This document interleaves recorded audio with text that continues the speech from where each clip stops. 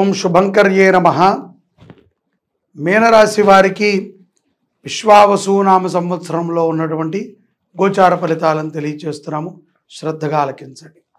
మీనరాశి వారికి విశ్వావసునామ సంవత్సరంలో ఆదాయం 5, వ్యయం 5, రాజ్యపూజ్యం 3, అవమానం 1.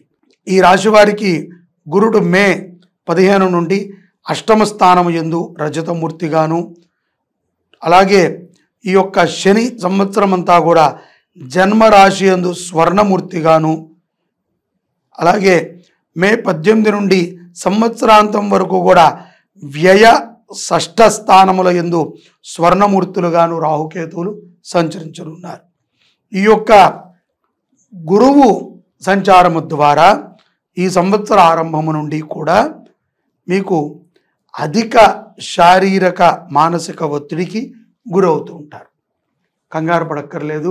గ్రహ మార్పిడి జరిగినప్పుడల్లా కూడా కొంత ఒత్తిడి ఎవరో ఒకళ్ళు పడక తప్పదు. అందులో జన్మంలోకి మన రాశిలోకే శని ప్రవేశం కూడా ఉంటుంది. ఇక్కడ నుంచి 2.5 సంవత్సరాలు ఇదే రాశిలో శని భగవంతుడు ఉంటాడు. అయినప్పటికీ శని జన్మంలో మన రాశిలో మనకు ఉన్నాడు కాబట్టి వాళ్ళంతా కూడా ఆ యొక్క మీనరాశిలో ఉన్నటువంటి పూర్వభాద్ర నక్షత్రం 4వ పాదం వారు, ఉత్తరాభాద్ర నక్షత్రం 1, 2, 3, 4 పాదాల వారు, రేవతి నక్షత్రము 1, 2, 3, 4 పాదాల వారిని చక్కగా స్థిరమంతుల్ని చేస్తాడు. ఇక్కడ ఆధ్యాత్మికమైనటువంటి చింతన అవశ్యం. అలాగే ఇప్పుడే కొంత చెడు వ్యసన పరులు కూడా పరిచయం అవుతారు. తస్మాత్ జాగ్రత్త. ఒత్తిడికి గురైనప్పుడు కూడా మనము ఎటువంటి వ్యసనాలకి లోపడకుండా మనము క్రమశిక్షణతో ఉండాలి. మన కుటుంబము మనకి చిన్నప్పటి నుంచి పెద్దలు చూపించినటువంటి మార్గాల్ని మనం విశ్వసిస్తూ సన్మార్గంలో నడవాలి. అంతే తప్ప ఎక్కడా కూడా చెడు మార్గంలోకి మనం ప్రవేశం చేయకూడదు. ఒకవైపు పరస్పర సామర్థ్యం కలిగి ఉన్న మిత్రులు కూడా మనకు పరిచయం అవుతూ ఉంటారు. మన యొక్క స్థాయికి తగ్గవాడే. అతను సింహరాశో తులారాశో బాగానే ఉన్నాడు, ఒకప్పుడు అంతా కలిసి బాగానే ఉన్నాం, ఇప్పుడు మనం ఏంటి కొంత దిగాలుగా ఉన్నాం అని మనం అనుకుంటాం. కళావిహీనంగా కూడా ఈ యొక్క మీనరాశి జాతకులు మే నుంచి సెప్టెంబర్ లోపల కనబడుతూ ఉంటారు. ఏదో ఒక ఒత్తిడి, తెలియనటువంటి ఒక నిరుత్సాహతకి గురవుతారు. అది స్వతహాగా మీరు ఫీల్ అవుతున్నారు తప్ప గ్రహాలు ఇచ్చినవి కాదు. బాగా గుర్తుపెట్టుకోండి. మీనరాశి వారికి ఎంతో విశేషమైన ఫలితం ఉంటుంది.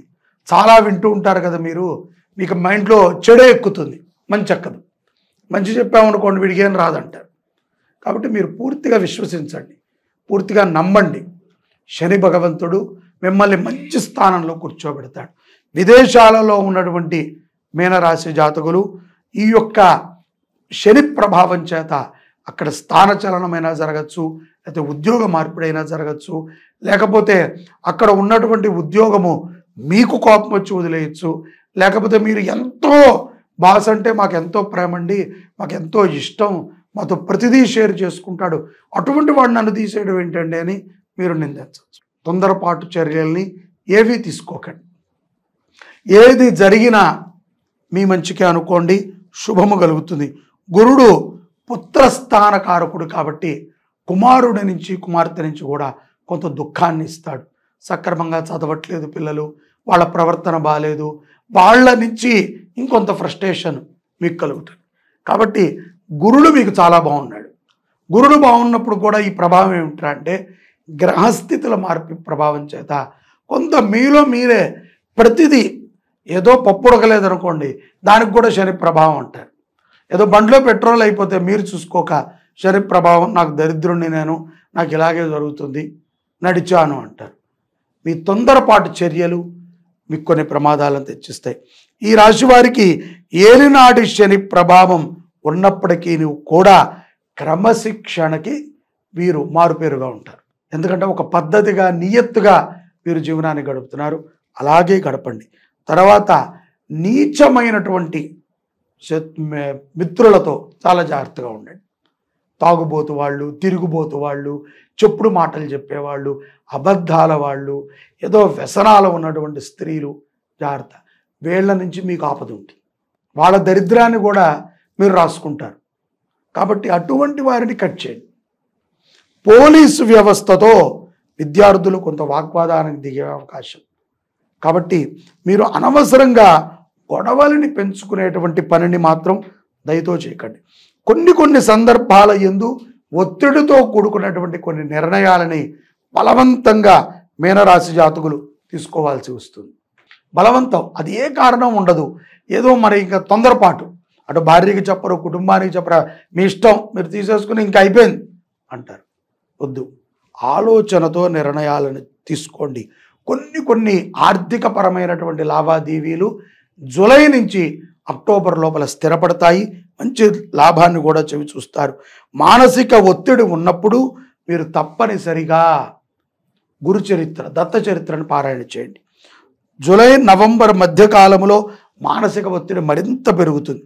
శారీరక సమస్యలను చెవి చూడటం, మనకిష్టమైనటువంటి వారిని కోల్పోవటం, దుఃఖము, ఒంటరితనము, ఇవి ఏలినాటి శని వారిని కొంత వారి జీవితంలో మార్పులను తెచ్చిపెడతాయి. చిరస్థిర ఆస్తుల యందు మీరు ఏదైతే గనక కోర్టుల్లో కొట్టుకుంటున్నారో ఆ వ్యవహారాలు సద్దుమణుగుతాయి. సోదరితో సద్భావనతో ఉండండి. సోదరి, అక్క చెల్లెళ్ళతో సద్భావనతో ఉండండి. తప్పదండి, ఏలినాటి శని, మేము ఇలాగే ఉంటాం కాబట్టి ఏ పూజలు మేము చేయించుకోమంటే, ఇప్పుడు నువ్వు పూజలు చేస్తేనే పుణ్యాత్ముడు అవుతావు, లేకపోతే పూర్వపుణ్యం అంతా కరిగిపోతుంది. ఈ శనిలో నువ్వు అనేక పాపాలు చేస్తున్నావు. ముఖ్యంగా చేసే పాపం, శని నాకు అన్యాయం చేశాడు, శని నన్ను నిలబెట్టలేదు, వాడు బాగున్నాడు, వీడు బాగున్నాడు అని ఆడవటం. వాటి నుంచి బయటికి రండి. సంపూర్ణ నవగ్రహ జప హోమాదులని ఈ యొక్క మీనరాశి జాతకులు ఈ యొక్క ఉగాది ప్రారంభం తర్వాత చైత్ర మాసంలో ఒకసారి, లేకపోతే 6 నెలలకు ఒకసారైనా చేయించుకుంటాం ద్వారా ఎంత మంచి ఫలితాలను మీరు చూస్తారో మీరే ఊహించండి. ఎందుకంటే మీరు అనుకున్నది అనుకున్నట్టు అవటానికి నవగ్రహారాధన ఎంతగానో ఉపయోగపడుతుంది. విదేశాలకు వెళ్ళి స్థిరపడాలి అనుకున్నటువంటి మీనరాశి జాతకులకి ఇదొక సత్ సంవత్సరముగా మనం అనుకోవచ్చు.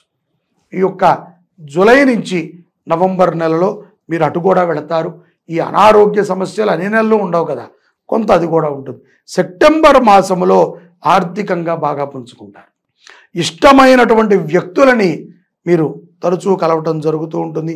మిత్రులతో కలిసినప్పుడు మాత్రము సంభాషణ చాలా జాగ్రత్తగా ఉండాలి.